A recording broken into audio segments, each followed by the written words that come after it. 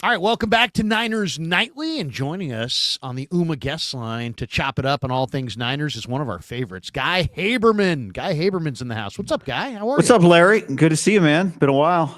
Yeah, it's been a while, man. I was just telling you, I enjoying watching you broadcast. Saw you with Don McClain doing some FS1 college hoop. Saw you a lot during college football season. How's the play-by-play world out there? You're traveling a lot. You're doing a lot of games. I see you're getting better games every year. Yeah, it's great. I've been racking up the miles. For football, I was all over the Big Ten. For basketball, I've been only on the West Coast. So UCLA, USC, Washington, and Oregon. Those I did one game in Vegas, but those are basically the only places I've been. So it's been awesome because I've seen basically every Big Ten basketball team. So I am dialed on Big Ten basketball right now, Larry.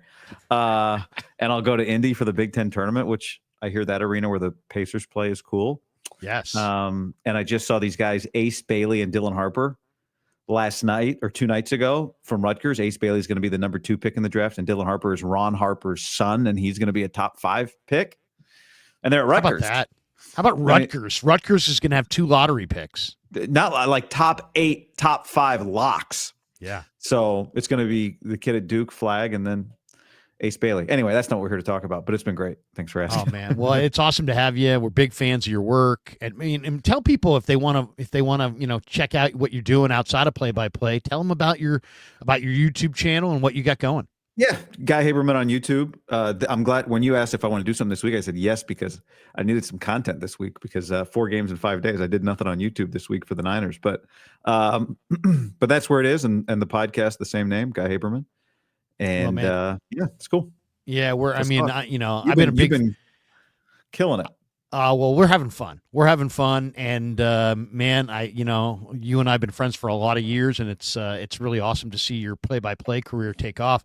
I wanted to have you on because it's a great Niner conversation. You and I, anytime we talk a lot during training camp, and I don't know if people realize this, but Guy goes to a lot of training camp practices and is boots on the ground in Santa Clara through a lot of the heat of the summer, and we always get a chance to chop it up. Yeah. Tim Kawakami, our friend from the SF Standard, has an article out this week on Deebo's exit as a sign of the 49ers' new hardline approach, and I wanted to talk to you about it because I think it's a really interesting article. I mean, the Niners obviously went 6-11, and it's time to change things up, right? You go 6-11, you don't make the playoffs. It's time to kind of turn over every stone and try to improve every way possible. And it sounds like Deebo and the Niners are headed towards a divorce, probably before his $15.4 million bonus is due on March the 22nd. It's pretty almost 100% sure he's going to be an ex-Niner. And Kawakami's arguing that this is evidence of a new approach, a new attitude in Santa Clara, a harder edge, a more ruthless on the financial side, less forgiving on the performance side. And why don't we start right there? I mean, the Yorks have put up 10% of the 49ers for sale. They're estimating the value of $900 billion. So where they're looking for $900 million investment for 10% of the club. Is it possible that the Yorks are having some kind of financial issues? It seems completely implausible, but what do you think? I mean, it's a pure guess. I guess anytime something like that happens, you have to kind of go through all the possibilities. I think you see it across all sports ownership. You see it now in college athletics, although in college athletics, the dynamic is changing so fast that they need an influx of cash. And so private equity has become a big conversation for schools and for leagues. But I also think if I'm sitting there and I'm the owner and I can maintain total control and just get an influx of cash of almost $1 billion, basically, the Niners do so much business beyond just the 49ers, whether it's some of their other businesses, whether it's soccer. So it's hard to know exactly, I would imagine this thing has several moves beyond just we need to cover the PG&E bill. Let's go make a few bucks. And, I doubt it has anything to do with Deebo Samuel. But that doesn't mean that the first part of your question about whether or not this decision is evidence of some sort of change. I don't know if it's a change in the way I think it's just a change. We have reached that point in this era of this team where they've made hard decisions already. The hardest one was probably DeForest Buckner in terms of the hardest one to let a player go, but they made other really hard decisions. The one to pay Bosa. It wasn't hard for John Lynch, but it was hard for somebody else. Yeah. The one to pay Ayuk. The whole thing was hard, and then it was hard, right? And is hard. And so I think it's evidence of, and by the way, anytime Tim writes something, I think you have to understand there's probably 2 other things or 3 other things between the lines and below the surface there. And I always try to keep that in mind when I'm reading Tim. This is the Niners going into year 9 of the regime. Do you think there's added pressure on Lynch and Shanahan because of the 6-win season? Or, I mean, Jed publicly is very much in their camp, but, Tim, this article makes it sound like there were people with the 49ers that didn't love the fact that they didn't trade Deebo a couple years ago and maybe didn't trade him last spring. And that there's maybe some friction within because of the way the Ayuk negotiations came down. And maybe some people, according to Tim inside the building, were not for the Niners signing him last year to a $30 million a year deal. And it sounds like maybe some people weren't in favor of giving Bosa as much money as they gave him, $34 million per, $120 million guaranteed. Do you think some of these contracts and maybe a little bit of the backslide record-wise has put the regime on a little bit of the hot seat with ownership? What do you think? Well, I think to the way you phrase it the first time, does it put pressure on them? 100% it puts pressure on them. Hot seat. Yeah. Yes, you got, I mean, hot seat doesn't mean you're about to get fired or you win Right. 6 games again and now it's over and it's do or die. But when you're shelling out this much cash and not winning, and there's other people in the building, and if we talk like in a best case scenario, glass half full, it's a healthy debate about we should do this, no, we should do this. And then in the end, you have to pick one or the other. So you pick one. But it's potentially good if there are people that John and Kyle respect and listen to that disagree with them. I mean, you need that. Certainly John provides that sometimes for Kyle, a lot for Kyle, I'm sure. But I don't think like all this stuff always comes back to the owner. And if the owner's spending a lot of money and he's not getting the results, then he starts asking really hard questions. They should. And starts putting pressure on people. Like, I'm just not going to cut checks blindly in perpetuity. When they were winning, there was a lot of, I'm not saying a word publicly and just cutting big checks. And every organization and every regime, if you go long enough, Larry, is going to go through lulls and failures, and the Niners have had failures in the Shanahan era. But you need somebody who will stand by you and believe in you. And I think Kyle and John have given Jed York enough reason to stand by and believe in them. But yeah, I mean, I think Brandon Ayuk being a top 10 receiver this year is important for the team, but it's also critically important for the, kumbaya, the building. Like, okay, I didn't want to do it. You wanted to do it.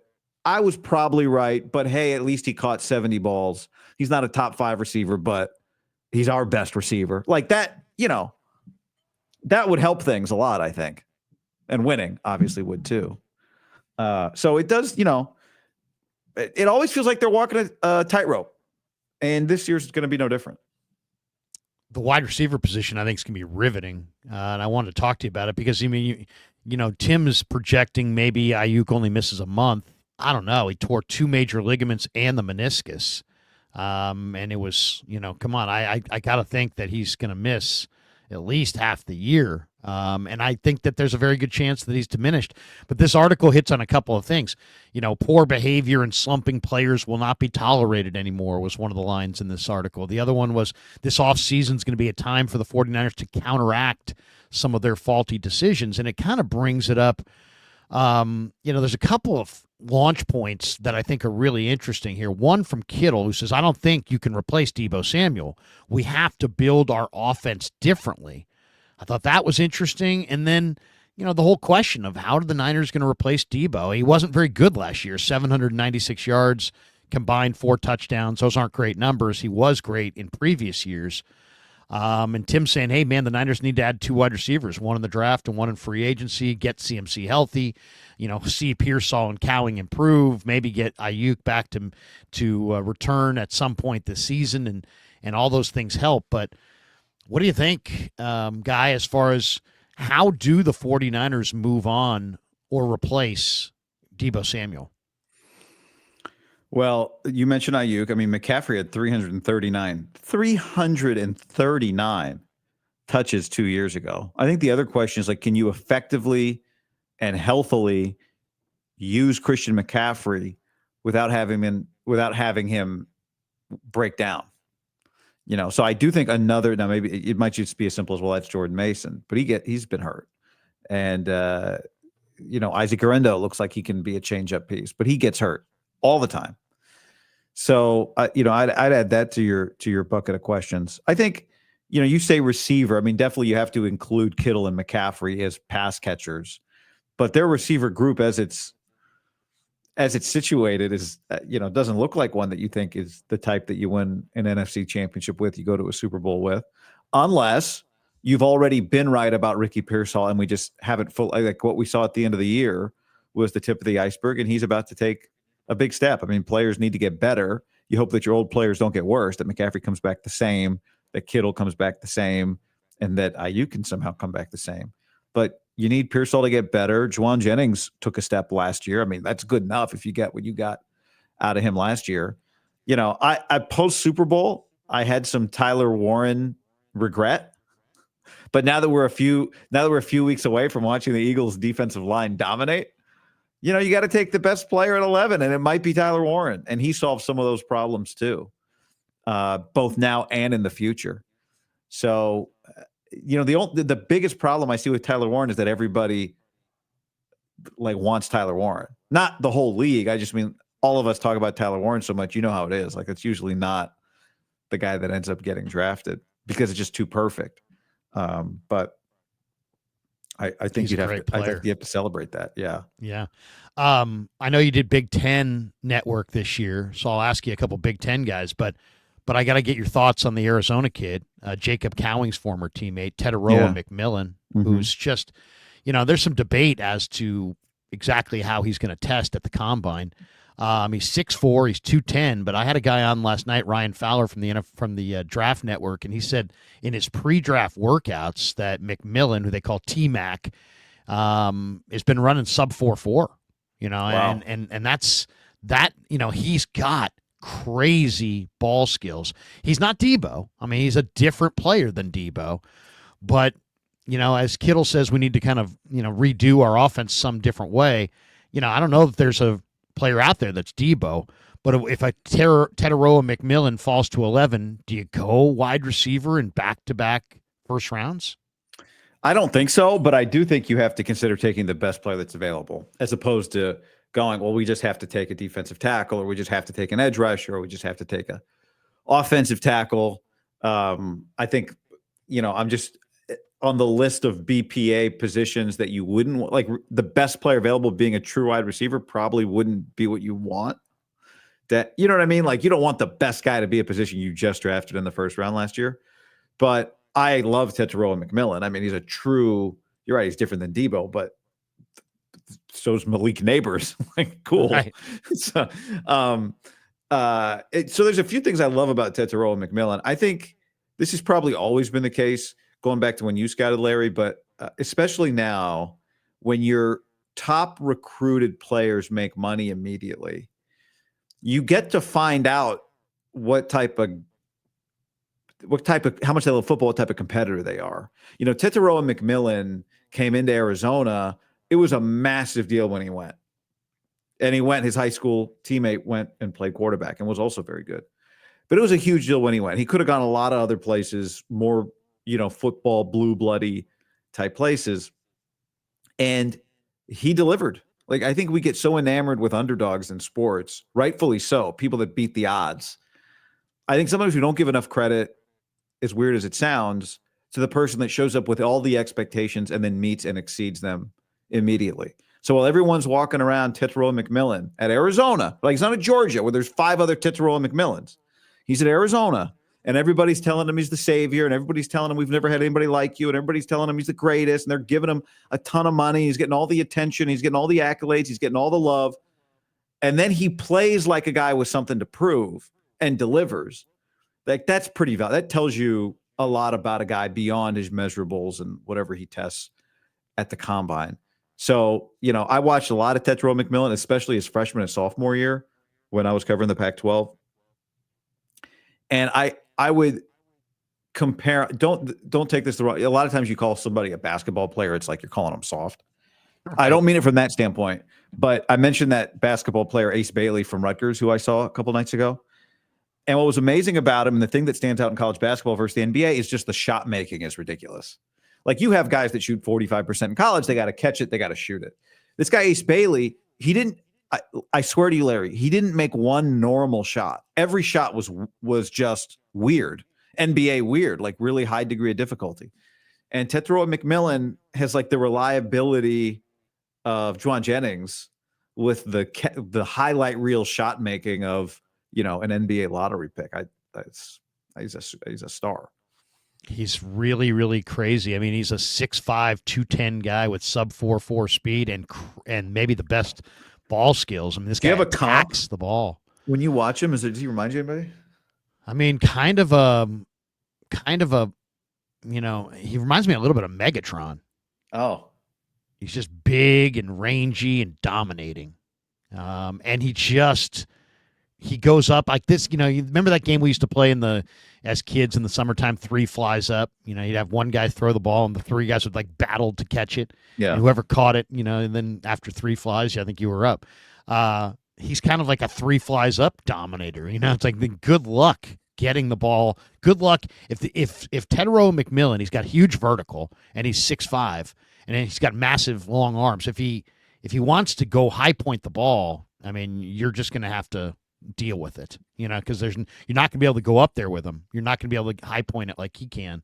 Yeah, he's really, really unique. And yet, if you said to me, give me, I need a receiver in this draft that's going to replace Deebo Samuel, I'd say draft Luther Burden III out of Missouri. He is the run after the catch monster. I don't know how much you watch Missouri, but Luther Burden is a burner, and he's like 0 to 100 miles an hour in like 2 steps, and he's a slot. You can play him outside. You can throw it to him short, screens, hitches, and he's just dangerous. To me, he's 5'11", about 210, a little shorter, a little thicker. I think Luther Burden probably reminds me the most of Deebo among these guys.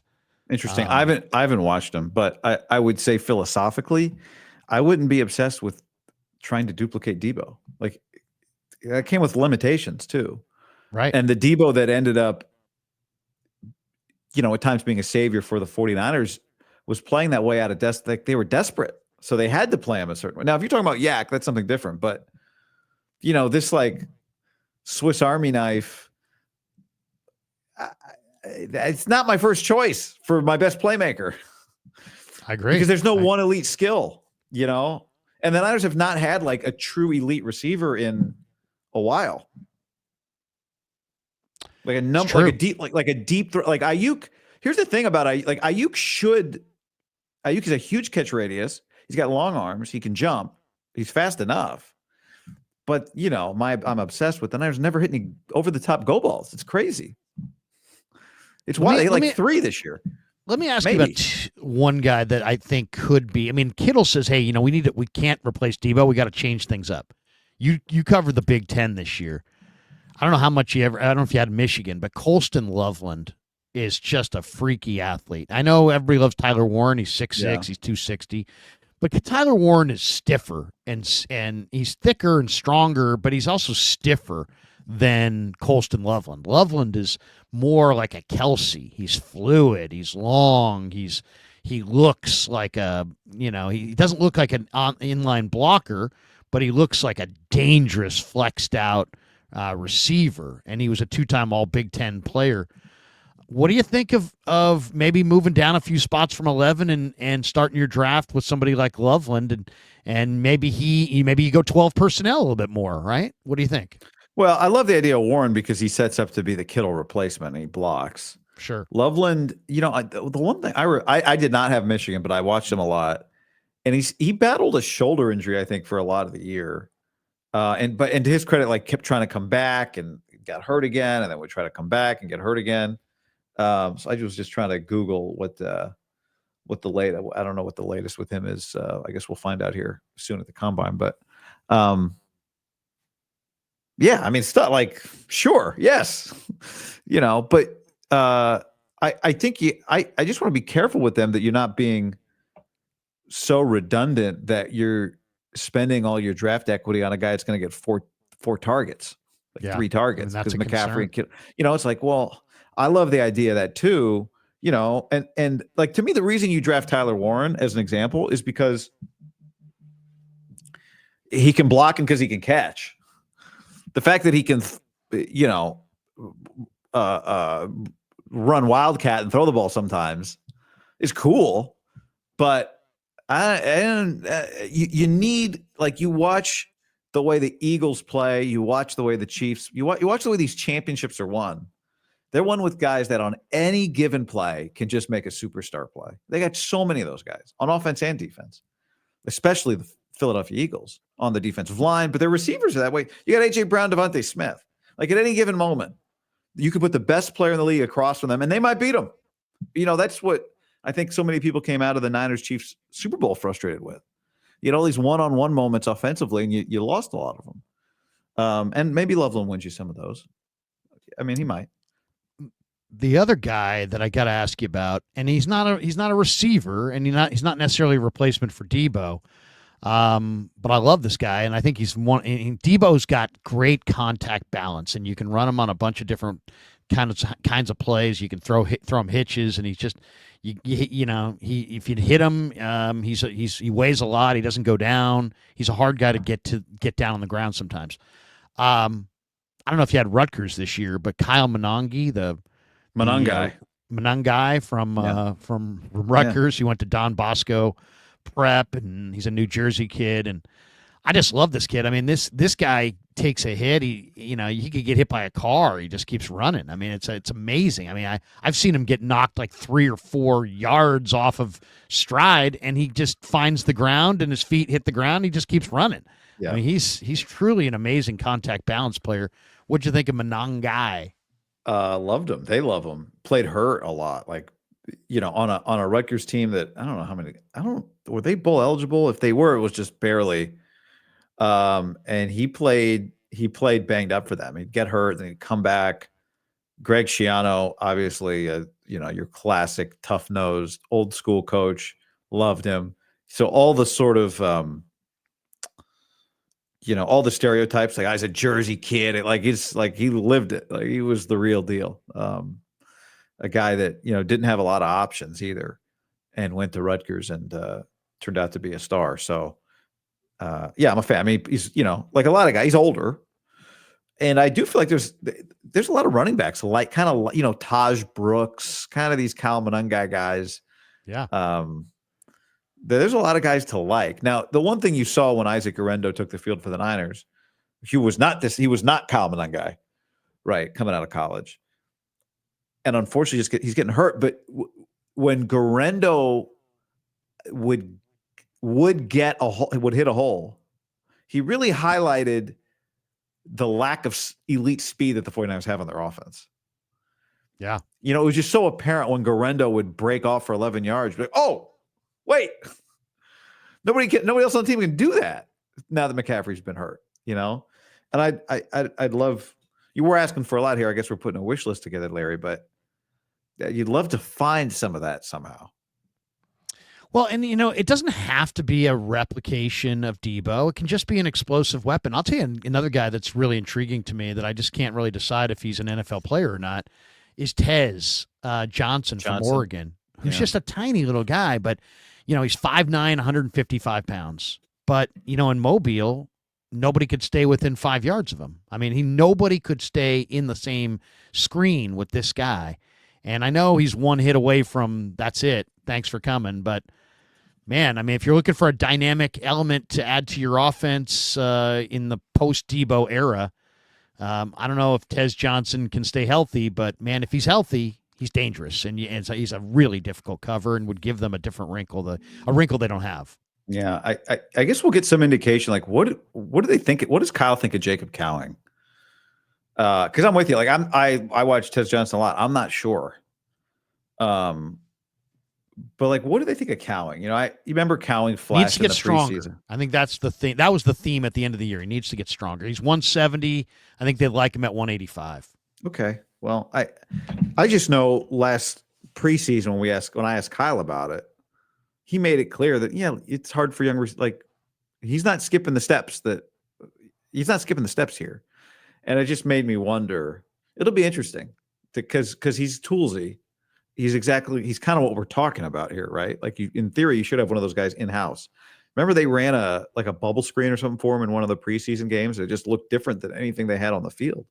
Yeah, but so you just tried it. I'm just looking at. 11 for 181 for Tez Johnson against Penn State. I'm telling you, the guy is unguardable. But 5 for 32 against Ohio State. If he gets hit, he's gonna. He could die. I get a shout out. I had you on in November, and I think it was November, and I'm like, Guy, you've been doing a lot of college football play-by-play, and you know me, I'm a draft sicko. So I'm like, Guy, give me a couple guys that you really like for the draft. I'm asking you this in November, and the draft's not till April. And to your credit, man, this is why one of the reasons I just really love your eye for this stuff. You didn't hesitate. You're like, Olufemi Oladejo. And even just when you said it, I was like, oh, he even said it like a broadcaster. Yeah, he got it all right. But I saw him at Cal, and I thought he was all right. He's athletic, but thought he was all right. And then they moved his position after one. He transferred to UCLA, played 1 year of stack backer. They wanted to move Schlesinger. And he got moved at Cal as well. Like he was in a position change at Cal too. But UCLA this year as an edge rusher, he just absolutely came alive. And then he goes to Mobile. And he is just, you can tell. This guy is really, really good. Whatever the draft guides say he's going to go, he's going much higher than that. I'd say he's going to go in the top 100 picks.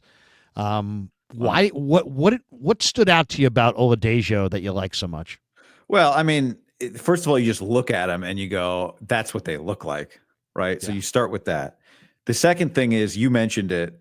He had the position change at UCLA. He had a position change at Cal. Like he hadn't, by the time he got to UCLA, he had not played a lot of football. At Cal, prior to Cal, he'd not played a lot of football. So he had multiple position changes. Gets to UCLA, they put him at linebacker. You mentioned Carson Schlesinger, who led the nation in tackles or somewhere near it. They wanted to get him on the field, so they moved him to edge. And I don't have his game log in front of me, but I did several UCLA games. And some days he made a lot of plays, and some days he didn't. That would be my concern, because he just is going to wow you with, he checks every box. And then I don't know if there've been any reports about him interviewing, but he's also like an extremely likable, engaging guy. Big smile. Just, we talked to him a few times, and it was a big deal at UCLA that he changed positions for this scout team linebacker. I'll do whatever for the team, because that was a team that lost a bunch early and then came on at the end and kind of stuck together and got better and all that. So I think he's got to get a lot of credit for that. But I do wonder. I think the one question mark that will come up is, he played with one of the best linebackers in the country, and he played with the guy if you gave me, you said you can take one guy off the defensive line at UCLA, it would be their nose tackle, Jay Toia. That's the guy I want. He's just a run stuffing menace, huh? Just a dog. Just a one technique. A big middle, yeah. Just a big 340, right? Just a fighting dude. So, if you go, Oladejo was always at the top of everybody's scouting report. But when you talk to coaches, they'd be like, yeah, but Toia is the guy that you really have. He's the guy that creates all the problems, because he takes on all the double teams. So I don't know. Like, I'd be interested, is Oladejo, and I like him, a lot. Is he a 3-down edge? I don't know. I don't know. He But might not be able to play the run. He might be just a specialist. He might be a passing down specialist. I got one more Niner question for you before we get out of here. You saw the Niners; they won 6 games, and I was doing the end of the year autopsy on them, and I'm like, man, they got to get some new defensive tackles. They got to get a whole lot more speed on defense. They got about 15 different needs. They need a kicker. They need a backup quarterback. They need a replacement for Deebo. They need a couple offensive linemen. They need a couple tight ends. I mean, they have a lot of needs. And then you saw the Eagles and how dominant they were. I mean, they were thoroughly dominant. They didn't just win the Super Bowl. They kicked Kansas City's rear, and they beat them by 18, and it really beat them worse than that because Kansas City got closer in garbage time. So the Eagles are dominating with a young core and a young coach and a young GM, and the Niners have lots of holes, and they're paying their quarterback a lot of money this year, where last year they didn't. What do you think? Can the 49ers, can John Lynch and Kyle Shanahan do it? Can they lift themselves up from 6 wins, and by week 1 of this upcoming 2025 season, can the Niners vault themselves from where they're at right now in February to a Super Bowl contender again just in a few, just by September 1st? Can it happen, or is it unrealistic? They want badly to be in that Super Bowl. It's here next year. They want to be in that game. They definitely want to be in the running for that game. Can they turn it around? Can they have the big offseason that Philly had, last year? Can they have that? Can they replicate that this year? Well, yes, I think they can turn it around. I don't know that the big offseason solves it all. I mean, Philly has 3 top 31 drafted defensive linemen that they drafted. So, you're not going to do that in one offseason. But yes, I mean, now it's contingent on not just John and Kyle. It's contingent on the doing things this offseason. It's the bets that they've already made also working. So it's Brock Purdy getting a year better. It's Ricky Pearsall turning out to be a hit. It's some of the guys. It's Malik Mustafa being ready. It's like some of that stuff too. But their schedule is a significant thing, and they have a 4th place schedule. They got a good schedule if you're trying to bounce back. Favorable. And if you're asking this, some people will use this against them, and I understand. But if you're asking, can Kyle Shanahan and John Lynch bounce back from a 6-win season? The answer is they've done it. They bounced back from a 4-win season, and they've bounced back from a 6-win season. They've done it before, so they can do it. They can do it. Yeah.